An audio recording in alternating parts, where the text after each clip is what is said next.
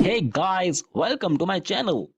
Sam Dogon जो कि एक फाइनेंशियल एडवाइजर हैं, वो बताते हैं कि 2018 वीकेंड पे वो अपने फ्रेंड बॉब के साथ वॉलीबॉल मैच देखने जा रहे थे। उस टाइम हुआ ये था कि बॉब अपनी लेटेस्ट टेस्ला मॉडल 3 कार लेके आए। टेस्ला मॉडल 3 भी बहुत शौक कर रहे थे और कह रहे थे यार ये कार ऑटो पायलट पे ड्राइव होती है। वो अपने आईफोन से कार ड्राइव कर रहे थे। बॉब बहुत सी इंटरेस्टिंग चीजें कार से रिलेटेड बता रहे थे। दोस्तों पता है टेस्ला के फ्रंट सीट पे एक बेबी को बर्थ दिया और बेबी की डिलीवरी उस टाइम हुई जब टेस्ला ऑटो पायलट पे ड्राइव हो रही थी। उस बेबी को पता है वर्ल्ड्स फर्स्ट टेस्ला बेबी कहते हैं। ऐसे ही फेमस बातें बॉब सैम डोगन को बता रहे थे और सैम काफी शॉक हो गए थे कि कैसे बॉब 31 इयर्स ऑफ एज में प्री स्कूल टीचर $53,000 की कार बाय कर सकता है। ऑब्वियसली दोस्तों $53,000 is a lot of amount. Sam के अकॉर्डिंग ये उनके लिए बहुत बड़ी फाइनेंशियल मिस्टेक थी जो बॉब को नहीं करनी चाहिए थी। उस टाइम टेस्ला से रिलेटेड मार्केट में बहुत हाइप थी। न्यूज देख देख के सैम ने भी एक दिन टेस्ला को ड्राइव किया। सैम कहते हैं कि टेस्ला ड्राइव करने का एक्सपीरियंस उनके लिए बहुत डिफरेंट था। उन्हें भी टेस्ला मॉडल 3 बहुत पसंद आई। सैम का बहुत दिल करता था कि वो इस कार को बाय करें, बट वो एक फाइनेंशियल एडवाइजर थे तो वो ये मिस्टेक नहीं करना चाहते थे। उन्होंने as a financial advisor car buy करने के बजाय टेस्ला की अपॉर्चुनिटी कॉस्ट कैलकुलेट करना स्टार्ट कर दी और फाइंड आउट किया कि अगर वो सेम अमाउंट किसी और जगह इन्वेस्ट करें तो इस कार से बेटर अपॉर्चुनिटी उनके लिए क्या हो सकती है। तो उन्होंने टेस्ला कार के बारे में, टेस्ला कंपनी के बारे में, टेस्ला के शेयर्स के बारे में, एलन मस्क के बारे में रिसर्च करना स्टार्ट कर दी एंड फाइनली रिसर्च के बाद उन्होंने डिसाइड किया कि वो $53,000 की कार बाय करने के बजाय $53,000 के टेस्ला के स्टॉक्स बाय करेंगे। उन्होंने अक्टूबर 2018 में $298 की प्राइस पे टेस्ला के स्टॉक्स बाय कर लिए and gets what, within few months Tesla के स्टॉक्स $367 तक राइज कर गए और उन्हें $11,500 का प्रॉफिट गेन हुआ। बट अभी भी उन्होंने शेयर्स को सेल नहीं किया। देन पता है दोस्तों क्या हुआ? 6 मंथ्स बाद जब कंपनी में प्रॉब्लम चल रही थी तो एलन मस्क की ट्वीट की वजह से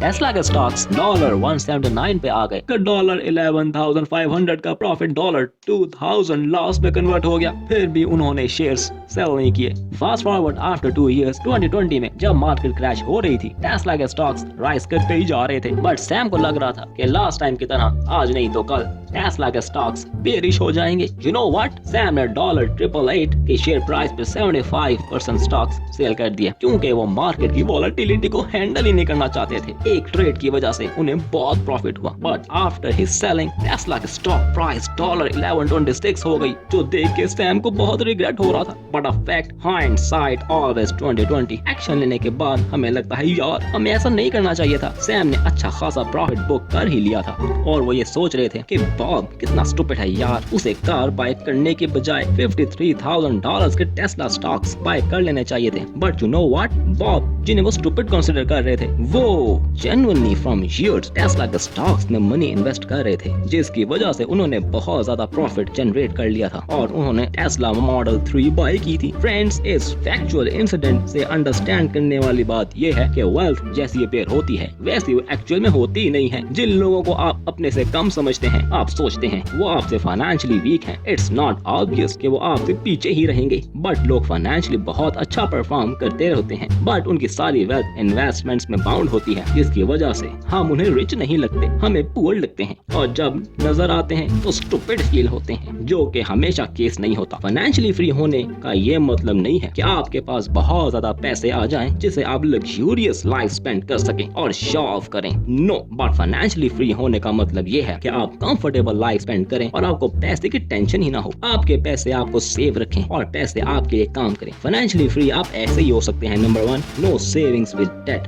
दोस्तों, अपनी फाइनेंशियल फ्रीडम की जर्नी शुरू करने के लिए सबसे पहले आपको मोस्ट इम्पोर्टेंट काम करना होगा। फ्रेंड्स, ये फाइनेंस का बेसिक रूल है कि अगर आपके ऊपर कोई भी किसी भी टाइप का डेट है, मींस बैड डेट, तो आप कभी भी अपनी सेविंग्स की जर्नी स्टार्ट ही नहीं कर सकते। रियलिटी इज कुछ लोग डेट के साथ साथ लॉन्ग टर्म इन्वेस्टमेंट्स करना स्टार्ट कर देते हैं, मींस डेट फ्री भी हो रहे होते हैं और इन्वेस्टमेंट्स भी कर रहे होते हैं। इसकी वजह से उनका फाइनेंशियली फ्री होने का प्रोसेस बहुत स्लो हो जाता है। सो मोस्ट इंपॉर्टेंट इज अपने सब डेट्स को क्लियर करें, like laptop, mobile phone, car EMI और ऐसे लोन्स जो आप फुल स्पीड से खत्म कर सकते हैं। Early in life friends, big amount जैसे होम लोन आपके लिए क्लियर करना इजी नहीं होगा। There are exceptions but clear all your small loans friends. Most important is आप अपने क्रेडिट कार्ड्स को बहुत वाइजली यूटिलाइज करें, because US department of labour ने 28 से 40 इयर्स ऑफ एज ग्रुप पे रिसर्च की थी। इससे ये कंक्लूड हुआ था जो लोग हाई क्रेडिट कार्ड डेट में थे उनका स्ट्रेस उनकी फिजिकल हेल्थ पे बहुत इफेक्ट कर रहा था और वो डेली लाइफ में बहुत डिप्रेस हो गए थे। उनके जॉइंट्स में पेन थी, लेग्स में स्टिफनेस थी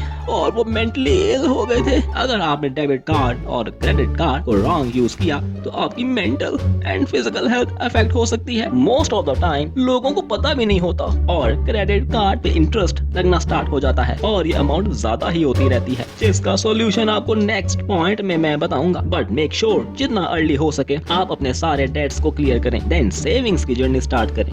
नंबर 2, फाइनेंशियल सेफ्टी नेट। आपके साथ ऐसा कभी हुआ है कि आपके घर में कोई गैजेट खराब हो गया, एग्जाम्पल आपका फोन, टीवी ऑन नहीं होता, बाइक या कार डैमेज हो गई। जैसे एग्जाम्पल मेरा एक फ्रेंड मुझे बता रहा था कि उसके लैपटॉप का ग्राफिक कार्ड डैमेज हो गया था जो बहुत एक्सपेंसिव था। उस टाइम उसके पास पैसे नहीं थे तो उसने कोई सेकंड गैजेट यूज किया। उसके पास क्रेडिट कार्ड भी नहीं था और वो लोन भी लेना नहीं चाहता था और उसने सोचा कि नेक्स्ट मंथ की इनकम से वो ग्राफिक कार्ड बाय कर लेगा। दोस्तों मोस्टली लोग ऐसे ही होते हैं, जब कोई प्रॉब्लम आती है वो अपने क्रेडिट कार्ड को यूज करते हैं और अपने नेक्स्ट सैलरी पर डिपेंड करते हैं और वो कहते हैं नेक्स्ट मंथ सब सेट हो जाएगा, लेकिन वो नेक्स्ट मंथ कोई नई EMI करवा लेते हैं। But you know guys what will happen अगर उनके सोर्स ऑफ इनकम फिनिश हो जाए। बहुत से लोग सैलरीड होते हैं और उनकी जॉब ही उनकी मेन सोर्स ऑफ इनकम होती है। बहुत कम लोग ऐसे होते हैं जिन्होंने पैसिव इनकम सोर्स क्रिएट की होती है। Main source of income finish भी हो जाए because of any reason, job finish हो जाए, एक्सीडेंट हो जाए, फिर भी उनके पास एक सेकंड इनकम सोर्स होती है जिस पे वो डिपेंड कर सकते हैं। जैसे आपको याद होगा कोविड-19 में बहुत से लोग इकोनॉमिक क्राइसिस की वजह से बैंकरप्ट हो गए। सो इसका सॉल्यूशन क्या है? If you want to feel better about your finances today, we should spend more time thinking about how we are gonna pay tomorrow. Simply means हमें एक emergency fund create करना चाहिए। आप पैसे सेव रखें कि मेन इनकम सोर्स लॉस्ट होने पर भी आप उन्हें यूज कर सके। आप इन पैसों को कभी भी यूज नहीं कर सकते, जैसे मूवीज में लोग कार बाय कर लेते हैं। आपको एक emergency fund क्रिएट करके रखना चाहिए होगा जो आपकी मेन इनकम स्ट्रीम का बैकअप हो। अगर कुछ बैड इवेंट होता है, आपकी जॉब चली जाती है, उस टाइम तक आप सेफ रह सकेंगे एंड सर्वाइव कर सकेंगे। सो वेल, आपने सेकंड इनकम स्ट्रीम कैसे बनानी है? आपने अपने मंथली एक्सपेंसेस को कैलकुलेट करना है। एग्जांपल आपके मंथली एक्सपेंसेस 20,000 रुपीज हैं, तो आपको 120,000 एटलीस्ट सेव करके पास रखने चाहिए, जो आपका इमरजेंसी फंड होगा। जिससे क्या होगा, कोई बैड इवेंट आएगा लाइक कोविड-19, लॉकडाउन, आप बैंकरप्ट हो गए, कोई प्रॉब्लम हो गई, आपके पास 6 मंथ्स का मनी बैकअप होगा जिसमें आप बहुत से एक्सपेंसेस कर सकेंगे जो आपके सर्वाइवल के लिए, आपके रेवेन्यू के लिए और आपकी रिस्पेक्ट के लिए मोस्ट इंपॉर्टेंट है। Number 3, invest conservatively and buy stocks with caution to increase your wealth. JS Walker, जिन्होंने 2000 में वेबसाइट प्राइस लाइन को लॉन्च किया था, उनकी net worth within 1 year $1.8 billion हो गई थी। और दूसरी तरफ Warren Buffett, world's best investor, उन्हें अपने फर्स्ट $1 बिलियन अर्न करने में 55 इयर्स लगे थे। देखा गाइस कितना डिफरेंस है। But reality is JS walker की वेल्थ सस्टेनेबल नहीं थी। सबको पता था .com का बबल एक दिन बर्स्ट हो जाएगा और जब बबल बर्स्ट हुआ था on October 2000 and JS walker के $1 बिलियन में से ओनली $333 मिलियन रिमेनिंग सेव हुए थे और Warren Buffett top 1% richest club के मेंबर बन गए थे और आज भी हैं और ऑलवेज रहेंगे। इसका एक रीजन पता है फ्रेंड्स क्या है? वॉरेन बुफे लास्ट 7 डेकेड्स से इन्वेस्टमेंट कर रहे हैं और उन्होंने कभी भी अपने शेयर्स को सेल नहीं किया। That's why if you want to be financially free, watch your savings grow in stock market. Only आपको रिटर्न्स नहीं मिलते बट कंपनी आपको डिविडेंड्स भी पे करती है। मींस अपने प्रॉफिट का लिटिल पोर्शन वो अपने शेयर होल्डर्स के साथ शेयर करती है। Example Warren Buffett Coca Cola के मेजर शेयर होल्डर हैं और इसीलिए वो कोका कोला के CEO जिनकी ईयरली $16 मिलियन की सैलरी है, वो वॉरेन बुफे से पीछे हैं। वॉरेन बुफे कोका कोला के डिविडेंड से $547 मिलियन अर्न करते हैं। सो आपने अंडरस्टैंड कर ही लिया होगा कि फाइनेंशियली फ्री होने के लिए अपने इन्वेस्टमेंट्स कैसे करनी है। Do you know guys, when you think long term, stock market में इन्वेस्ट करना कोई रॉकेट साइंस नहीं है। बट जिन कंपनीज के प्रोडक्ट्स आप डेली यूज करते हैं, उन पे ट्रस्ट करते हैं, आपको प्रोडक्ट्स अच्छे लगते हैं, तो ऐसे कंपनीज में इन्वेस्ट करना आपके लिए गोल्डन अपॉर्चुनिटी है। पता है, one of the most successful mutual fund manager Peter lynch जिन्हें मोस्ट फेमस इन्वेस्टमेंट बुक्स के ऑथर हैं, वो भी कहते हैं कि आपको इन्वेस्टमेंट ऐसी कंपनीज में करनी चाहिए जिनके प्रोडक्ट्स आप डेली यूज करते हैं, उन्हें अंडरस्टैंड करते हैं। जैसे लोग आईफोन यूज करते हैं, मैगी खाते हैं, कोका कोला ड्रिंक करते हैं, टेस्ला की कार्स चलाते हैं, तो टॉप रेटेड ऐसी कंपनीज में इन्वेस्ट करना आपके लिए बहुत बेनिफिशियल हो सकता है, जैसे ऑलरेडी प्रूव्ड है। इसमें आपने मार्केट की डेली फ्लक्चुएशन को वॉच नहीं करना। द इंटेलिजेंट इन्वेस्टर के ऑथर बेंजामिन ग्राहम अपनी बुक में कहते हैं कि स्टॉक मार्केट में डेली फ्लक्चुएशन को आपने फोकस नहीं करना, बट आपने गुड कंपनीज फाइंड आउट करके उन्हें लॉन्ग टर्म के लिए इन्वेस्टमेंट पॉइंट ऑफ व्यू से होल्ड करके रखना है। ये आपको लॉन्ग रन में मल्टी बैगर रिटर्न्स देगा। फ्रेंड्स, अमेरिका में बहुत सी ऐसी कंपनीज हैं जो सालों से एक्सपोनेंशियल रिटर्न दे रही हैं और उन्हें फाइंड आउट करना बहुत इजी होता है। सो फ्रेंड्स, आपको इस टेक्नोलॉजिकल इनोवेशन अपॉर्चुनिटी पे भी फोकस करना चाहिए, फाइंड आउट करना चाहिए कि हम इंटरनेशनल अपॉर्चुनिटी से भी बेनिफिशियल हो सकते हैं। फेसबुक, नेटफ्लिक्स, टेस्ला जो आपको बहुत पसंद है, हमें कमेंट्स में बताएं आप उनके शेयर्स का बाय करते हैं। Number 4, frugality leads to better finances. हमारी physical health, mental health, relationships और ओवरऑल होल लाइफ में हैबिट्स मोस्ट इंपॉर्टेंट होती हैं and it's a fact. Good habits make good life. Good financial health आपकी good financial knowledge का result है। अगर आप लॉजिकली थिंक करें तो आपको पैसे सेव करके इन्वेस्ट करने होंगे, बट आपके पास टाइम बहुत कम होता है, इसलिए आपके लिए पैसे सेव करके इन्वेस्ट करना मोस्ट इंपॉर्टेंट है। यू नो 90% लोग फाइनेंशियल फ्रीडम अपनी बैड हैबिट्स की वजह से अचीव ही नहीं कर सकते। बैड हैबिट्स सेविंग पे बहुत इम्पैक्ट करती हैं because people never think exponentially. वो हमेशा लीनियर सोचते हैं। एग्जाम्पल, वी थिंक यार बस एक पिज्जा ही खाया है, इससे क्या फर्क पड़ेगा, बस एक बर्गर ही तो खाया है, इससे क्या फर्क पड़ेगा। ऐसी छोटी छोटी बैड हैबिट्स की वजह से फूड ईटिंग स्टार्ट कर देते हैं।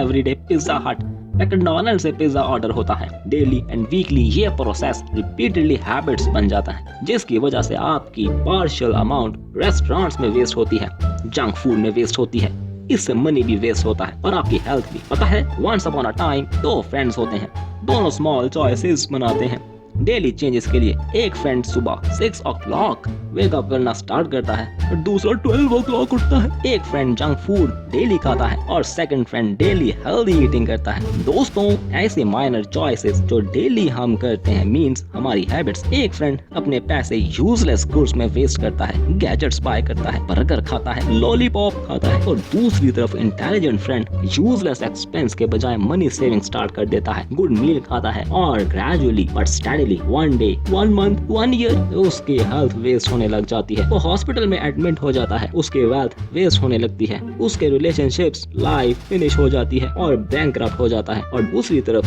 जिसने माइनर हैबिट्स अडॉप्ट किए होते हैं, उसके लाइफ में इंप्रूवमेंट्स आना स्टार्ट हो जाती हैं। उसकी सेविंग्स, उसकी इन्वेस्टमेंट्स उसे पैसे देने लग जाती हैं, उसकी हेल्थ उसे गुड लाइफ में हेल्प करती हैं। लॉन्ग टर्म में उसकी फ्रूगैलिटी उसकी लाइफ चेंज कर देती है। जबकि सेकंड फ्रेंड की dishonesty, smoking, no financial IQ उसे बैंकरप्ट कर देती हैं। That's why you must understand daily minor decisions जो आप लेते हैं उसका इम्पैक्ट आपको शॉर्ट टर्म में फील नहीं होगा, not in days, not in months, but in few years must आपको डिफरेंस फील होएगा। दैट्स व्हाई आप अपनी लाइफ को फ्रूगली स्पेंड करें, ऐसे वेस्ट करने के बजाय इन्वेस्टिंग एंड बजटिंग स्टार्ट करें। कुछ टाइम में आप सुपर रिच नहीं होंगे, बट लॉन्ग टर्म में आप पैसे सेव करके रिच हो जाएंगे। That's why avoid linear thinking and adopt exponential thinking. ये करने के लिए आपको अपनी इनकम का बजट बनाना होगा। 50% सेव करें, 12% आपको लॉन्ग टर्म के लिए इन्वेस्ट करने चाहिए, रिटायरमेंट के लिए। एग्जांपल, फ्रेंड्स, आप ये वे अडॉप्ट करें तो लॉन्ग रन में आप फाइनेंशियली फ्री हो जाएंगे। Now bonus tip, start working on different sources of income. You all must have at least 7 income sources. 1 income source is to risky, so develop side by side income sources जो आपको income generate करके दें and you will be financially free. अगर आपको मेरी ये video पसंद आई तो अपने दोस्तों के साथ शेयर करिए जिनकी लाइफ आप चेंज करना चाहते हैं, जो अमीर होना चाहते हैं। Don't forget to like, comment and subscribe. Bell icon press करिएगा ताकि आपको हमारी हर वीडियो की नोटिफिकेशन आती रहे। अभी के लिए इतना ही, मिलते हैं नेक्स्ट वीडियो में। Thanks for watching.